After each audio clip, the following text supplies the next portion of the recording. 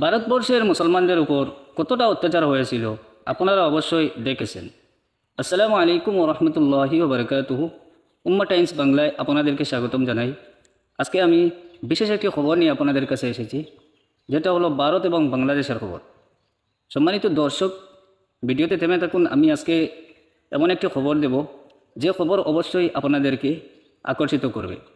সম্মানিত দর্শক, আপনারা হয়তো বা অবশ্যই জানেন যে বাংলাদেশে নতুন সরকার গঠন হচ্ছে। তবে ওই সরকার গঠনে ভারত থেকে কে অংশগ্রহণ করছেন জানেন? ভারতবর্ষের সাংসদের সভাপতি মাননীয় ওম বিরলা, তিনি গিয়ে বাংলাদেশের সরকারের শপথ গ্রহণে অংশগ্রহণ করছেন।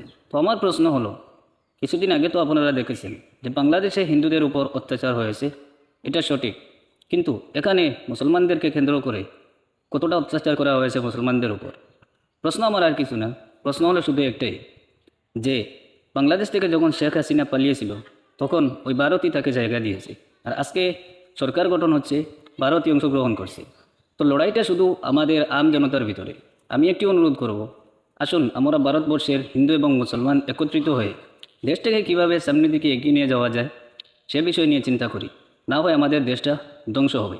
আজকের আপডেটটা কেমন লাগলো আপনাদেরকে অনুরোধ করব, ভিডিওটাতে লাইক, কমেন্ট এবং শেয়ার করবেন, এবং নিত্য নতুন প্রতিদিন আপডেট পেতে আমার চ্যানেলটা অবশ্যই সাবস্ক্রাইব করবেন। দেখা হবে আরেকটি ভিডিওতে। আসসালামু আলাইকুম ওরহমতুল্লাহি ওবরাকাতুহু।